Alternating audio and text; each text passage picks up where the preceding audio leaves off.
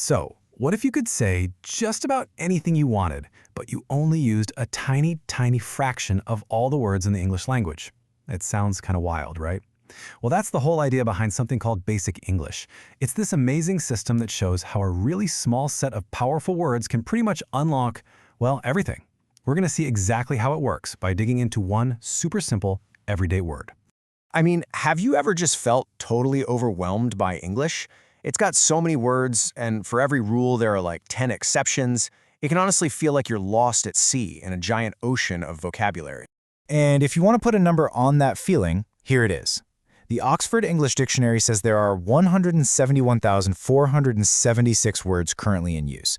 Just let that sink in for a second. That's a staggering amount of information for anyone to try and master. Doesn't matter if you're a native speaker or you're just starting to learn.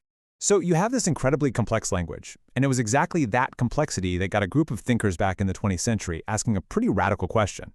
They looked at this mountain of words and thought, does it have to be this way? And this was their big question. What if you could boil the language down to its absolute most essential core? Now, the goal wasn't to limit what we can say, not at all. It was actually about making clear communication easier for everyone. And that's the simple but really powerful idea behind Basic English. So what they came up with was this carefully selected list of just 850 core words. Each one was picked because it could cover fundamental actions, objects, and ideas we use in everyday life. And to really get how this works, we're going to zoom in on just one of them. And that word is foot. Yep, good old foot. It's right there on the official Basic English list, one of the essential building blocks of the language. So what on earth makes this one simple word so important? All right, let's break it down. By really digging into the word foot, we can see the whole philosophy of Basic English in action. You know, how simple words can have these really rich, flexible meanings. Okay, let's start where it's most common, as a noun. And right away, we hit a classic English weirdness, that irregular plural. It's not foots, it's feet. But the fun doesn't stop there. Even just as a noun, the word foot does a ton of heavy lifting. In fact, it has three completely different meanings. First, you've got the body part, the one you walk on. Second, it can mean the base or bottom of something, kind of like a metaphor. And third, it's a unit of measurement. So let's take a quick look at each one. Okay, first up, the most obvious one.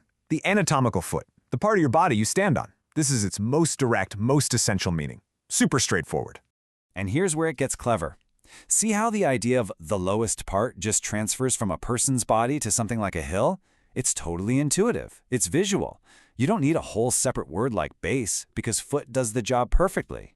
And finally, we have that third noun meaning, a unit of length. This one's super practical and really has nothing to do with anatomy at all. So right there, that's one simple word doing three very different but very common jobs.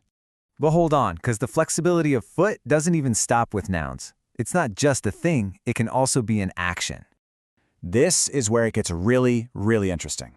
So the first verb use, to foot it, makes total sense. It means to walk.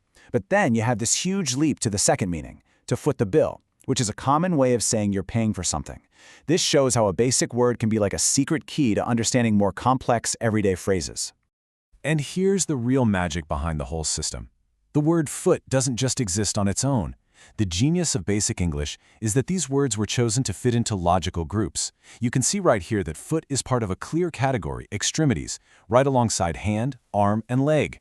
When you learn one, it helps you understand and remember the others. It's all part of an interconnected web. Okay, so let's zoom back out for a second. We've just seen how one simple word can be a noun with three different meanings and a verb with two. So, why is this so important? Why does this streamlined approach to language even matter? Well, it really comes down to this. A basic vocabulary is an incredibly powerful thing.